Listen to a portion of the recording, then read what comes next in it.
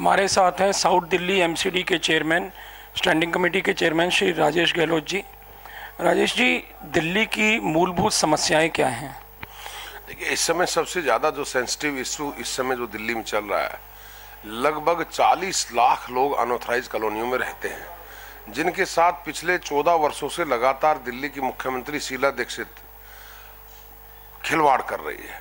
कभी provisional certificate दे देती है, कभी 1639 कॉलोनियों की पहली बार लिस्ट इन्होंने चिन्हित की थी। 1639 में से 1218 को इन्होंने प्रोविजनल सर्टिफिकेट बांटे, 400 कुछ कॉलोनियां इसमें गायब कर दी। उसके बाद में 1218 में से 859 कॉलोनियों को फिर उन्होंने पास करने की लिस्ट में डाला, फिर 300-400 कॉलोनियां गायब कर दी। लगभग 744 कॉलोनियों का आज तक अता पता नहीं है कि वो किस स्थिति में है, क्या नहीं है। उसके बाद 859 में से कुल 312 कॉलोनियों को इन्होंने नोटिफिकेशन किया है पास करने के लिए। लेकिन उसमें भी मैं ये कहना चाहता हूं कि 312 में भी एक क्लोज डाल दिया है कि जब तक RWA उनके लेआउट प्लान का पैसा जमा नहीं कराएगी, तब तक उनके लेआउट प्लान एमसीडी जारी नहीं कर सकती। 50,000 रुपया पर एकड़ के हिसाब से पैसा निर्धारित कर दिया। अब चूंकि अनऑथराइज कॉलोनियों की RWA से पहले ही सरकार 2-3 बार लेआउट ले चुकी है। अनऑथराइज कॉलोनी की एसोसिएशन के पास कोई पैसा नहीं है, वो बेचारे कहां से पैसा दें। इसके साथ साथ उसमें कंडीशंस हैं कि कॉलोनी में जो खाली प्लॉट होंगे उन प्लॉटों के ऊपर मूलभूत सुविधाओं के लिए कम्युनिटी हॉल, डिस्पेंसरी, इस तरह की चीजें बनेंगी। तो RWA सारे प्लॉट जो है वो सरकार को हैंड ओवर करे। RWA के पास अपने दफ्तर बनाने के लिए 10 गज का मकान नहीं है, वो कहां से ये प्लॉट मुहैया कराएंगी। इसके साथ साथ जो सबसे बड़ा उसके अंदर घपला किया है, पहले 2008 में सरकार ने एक नोटिफिकेशन जारी किया था कि 50% प्लॉट बिल्टअप होने चाहिए, कॉलोनी का 50% प्लॉटों में बिल्टअप होनी चाहिए। अब 2012 में एक नया नोटिफिकेशन जारी कर दिया जिसमें कह दिया 50% क्षेत्रफल बिल्टअप होना चाहिए। अब 50% क्षेत्रफल बिल्टअप होने का मतलब यह है कि 50% कंस्ट्रक्शन हर प्लॉट में होनी चाहिए।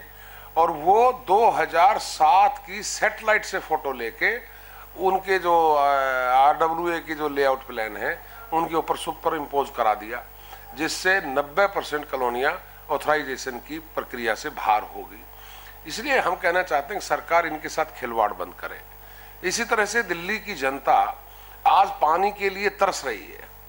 कोई भी क्षेत्र, चाहे द्वारका हो, चाहे अनऑथराइज वाला एरिया हो, चाहे पॉश एरिया हो, आज दिल्ली का कोई भी सिंगल ऐसा कॉलोनी या गांव या कोई अनऑथराइज कॉलोनी या आपकी JJ सेल, एक भी जगह पर पानी कोई ये नहीं कह सकता कि हमको पूरा पीने का पानी मिलता है। पीने की पानी की व्यवस्था नहीं है। बिजली कंपनियों ने लूट मचा रखी है। 100% चोरी बंद करने के बावजूद भी रेट लगातार बढ़ते जा रहे हैं। DRC के चेयरमैन पीछे राजेंद्र सिंह जी थे, उन्होंने रिकमेंड किया था कि भाई रेट ज़्यादा है और ये कम होने चाहिए। और मल्टीनेशनल कंपनियां, चाहे वो टाटा पावर लिमिटेड हो, BSCS राजधानी हो या BSCS हो, 3 यहाँ पर कंपनियां काम करती हैं बिजली के उसमें, और तीनों ने ही अपना लूट मचा रखी है दिल्ली में। और खासकर रिलायंस वालों ने तो बहुत लूट मचा रखी है, जो अपना BSCS राजधानी लिमिटेड है। आज जो है एक गरीब से गरीब मकान का भी, गरीब से गरीब आदमी का जो मकान है उसका बिल भी कम से कम 3 से 4,000 5,000 रुपये पर मंथ आता है। लोग देने में असमर्थ है। जो कनेक्शन, अगर जो बिल नहीं भरता तो उसका कनेक्शन कट जाता है। तो इस तरह से आज बिजली की लूट, पानी की कमी, साथ में अनऑथराइज कॉलोनियों के लोगों के साथ धोखा, हर तरह से हर मोर्चे पर महंगाई चरम सीमा पर है, भ्रष्टाचार चरम सीमा पर है। अभी दिल्ली के लोकायुक्त ने एक अध्यादेश जारी किया, एक आदेश पारित किया कि भाई दिल्ली की मुख्यमंत्री 11 करोड़ रुपए या तो अपने खाते से जमा कराए या उनकी पार्टी जमा कराए, क्योंकि उसने मिसयूज किया है पैसे का एडवर्टाइजमेंट के ऊपर। इस तरह से लोकायुक्त के फैसलों के ऊपर भी मुख्यमंत्री मजाक के तौर पर लेती है। कॉमनवेल्थ में कितना भ्रष्टाचार हुआ और उसमें मुख्यमंत्री का डायरेक्ट और पीडब्ल्यूडी मंत्री का डायरेक्ट नाम आया, लेकिन सरकार ने कुछ उसके ऊपर नहीं किया। तो आज हर तरह से सरकार विफल है और हम इस मौके पर यही कहना चाहेंगे कि सरकार को एक भी दिन गद्दी पर रहने का अधिकार नहीं है, तुरंत इस्तीफा देना चाहिए। नहीं तो आने वाले 3-4 महीनों में चुनाव दिल्ली के हैं नवंबर में, सरकार को सबक सिखाने के लिए दिल्ली की जनता तैयार बैठी है और इनको गद्दी से उतारकर सांस लेगी। मटियाला विधानसभा क्षेत्र में अनेकों समस्या विद्यमान है, मुख्य समस्याएं क्या हैं, इस पे थोड़ा प्रकाश डालें। देखिए, मटियाला विधानसभा में सबसे बड़ी जो समस्या है वो पानी की किल्लत है। आज जिस तरह से पूरे क्षेत्र में द्वारका जैसे एक इतनी बड़ी उपनगरी, जिसमें ये भी नहीं कह सकते कि हम ये कोई अनऑथराइज एरिया है, गवर्नमेंट का प्लान एरिया है, लोगों ने पैसे दे के अपने प्लॉट खरीदे हैं, फ्लैट लिए हैं। आज 1-1, 1.5 करोड़ रुपए के, 2-2 करोड़ रुपए के फ्लैट हैं वहाँ, लेकिन पीने की पानी नहीं है। और ये सरकार का दायित्व बनता है कि इनको पानी मुहैया कराए।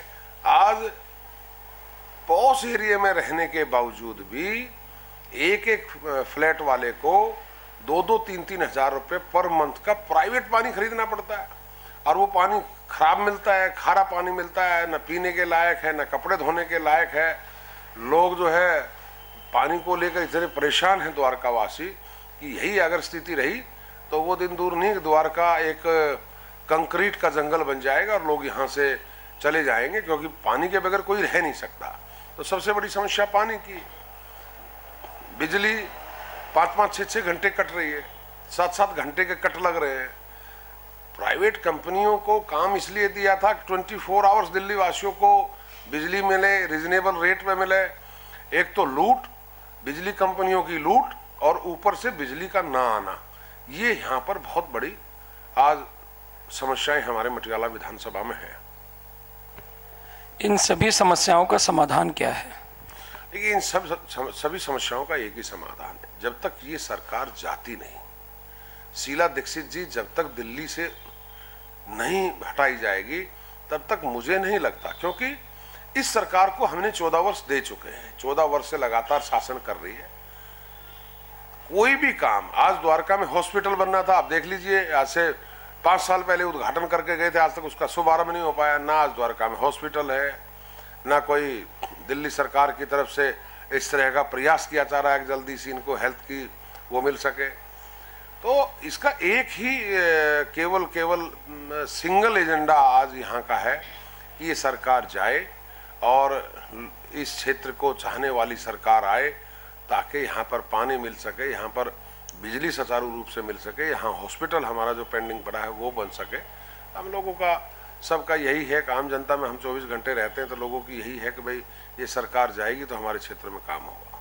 एक आरटीआई के जवाब में, एक आरटीआई से जानकारी जो प्राप्त हुई है उसके अनुसार मटियाला विधानसभा क्षेत्र के जो विधायक हैं उन्होंने अपने पूरे कार्यकाल में सिर्फ एक ही प्रश्न विधानसभा में किया है, और उसमें भी द्वारका क्षेत्र में पानी की जो समस्या है या मटियाला में जो पानी की समस्या है, बिजली की समस्या है, उस पे आधारित वो प्रश्न नहीं था। इस पे कुछ कहना चाहेंगे? देखिए, मैं आपको बता दूं कि मटियाला विधानसभा का जो विधायक इस समय पर है, उसको क्षेत्र के बारे में कोई ज्ञान नहीं, और ये लोग कभी भी, क्योंकि शहंशाह आदमी है, बहुत बड़े परिवार में जन्म ले रखा है, काम करने की उनमें जज्बा नहीं है। कांग्रेस की लहर थी उस समय, वो बन गए, और उसके बाद में उसने आज तक कभी क्षेत्र में पानी नहीं आ रहा है, क्षेत्र के लोग त्राही त्राही मचाए हुए हैं, पानी के लोगों का सामना नहीं करता है, उनके सामने जाता नहीं है। जगह जगह पर आप देखिए, हर विधायक ने अपने अपने क्षेत्र में कितने काम कराए हैं, पानी की व्यवस्था भी कराई है। उससे पूछने वाला होगा भाई आपके यहाँ पानी पहले जो आता था उससे भी कम हुआ है। साथ में हॉस्पिटल आज तक उनके क्षेत्र में नहीं बन पाया, जो दिल्ली सरकार को डायरेक्ट बनाना है, उद्घाटन किया, लेकिन आज तक भी हॉस्पिटल का काम शुरू नहीं हो पाया। कहाँ से हो रहा है? ये सब लोग डरते हैं, और क्षेत्र की कोई भी आवाज ये विधानसभा में नहीं उठाते हैं। और इसी का नतीजा है कि आज मटियाला विधानसभा में ये मानता हूं कि पानी के मामले में, हेल्थ के मामले में, बिजली के मामले में हम लोग बहुत पीछे चले गए हैं। इसलिए यहां से इस विधायक का जाना भी लगभग तय है। धन्यवाद।